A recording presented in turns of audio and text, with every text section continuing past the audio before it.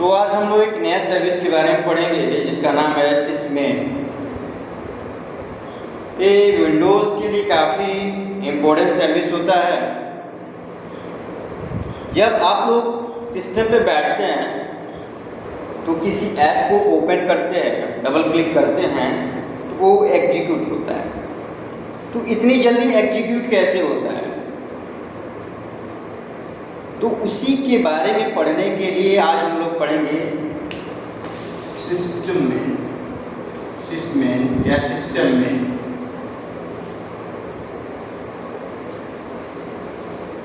यह एक ऐसा सर्विस होता है जो यूजर के आदतों को पढ़ता है। कई दिनों तक वह यूजर की आदतों को नोटिस करता है और अपने कैश में लिख लेता है। आइए देखते हैं कि कैसे काम करता है। पहले बूटिंग होता है। सिस्टम जब बूट होता है उसी के साथ सिसमेन स्टार्ट करता है। सिसमेन को या फिर जितने भी स्टोरेज डिवाइसेस हैं उसको एक कंट्रोल करता है। उसका नाम है विंडोज मेमोरी मैनेजर।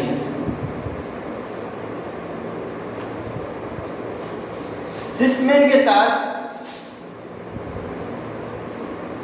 एक कैश होता है। कैश होता है या फिर उसको कहते हैं प्रीफेच।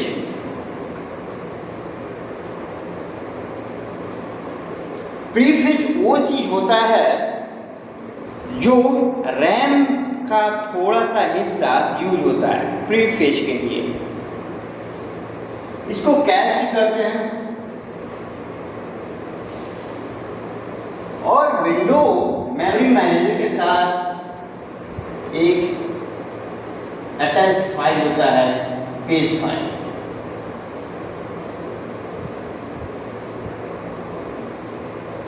अब बातें करती हैं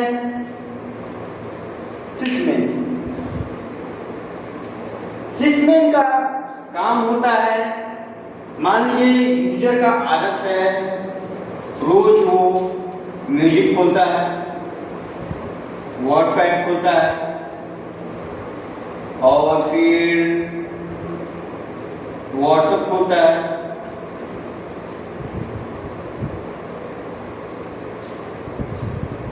या फिर वो किस फाइल में रन हो रहा है, डीएलएल फाइल में या फिर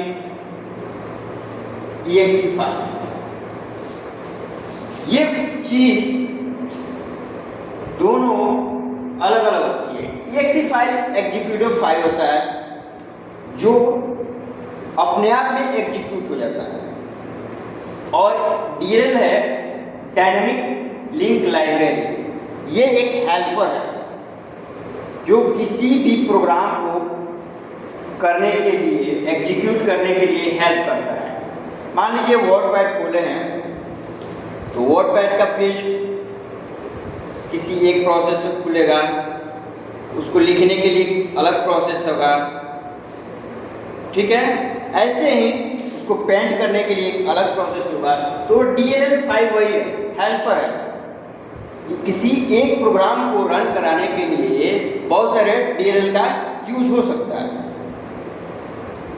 तो वही चीज यूजर डेली क्या यूज कर रहा है उसी को सिसमेन नोटिस करता है, और नोटिस करने के बाद वो प्रीफेच में स्टोर कर देता है।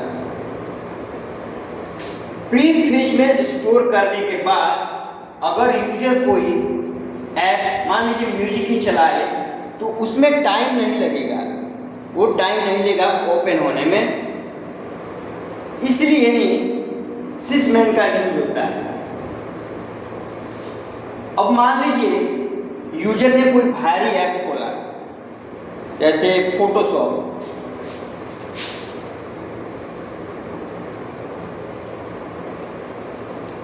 यूजर ने फोटोशॉप खोला लेकिन यहाँ पे रैम खाली नहीं है।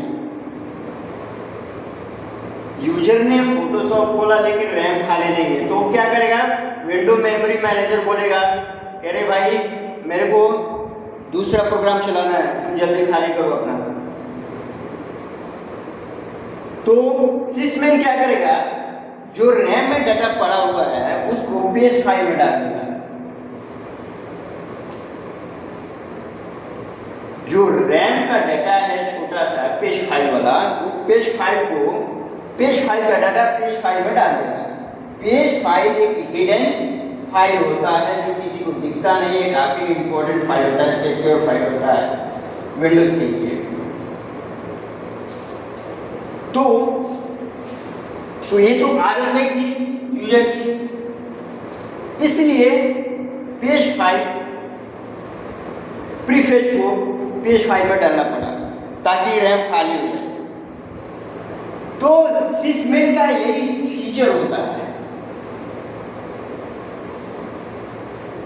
अगर कोई होता है या फिर कोई नहीं समझ पाता है कि प्रीफेच और सिसमेन दोनों एक ही होता है, लेकिन नहीं, सिसमेन एक काम करने वाला होता है और प्रीफेच एक स्टोरेज होता है, कैश होता है। इसमें इन दोनों में नहीं अंतर है। अब रहा सवाल कि इसको बहुत लोग बोलते हैं कि इसको डिसेबल किया जाए, इस सर्विस को, ये महत्वपूर्ण सर्विस होता है विंडोज के लिए, क्या इसको डिसेबल किया जाए या नहीं। हाँ, रेयरली इसको डिसेबल किया जा सकता है।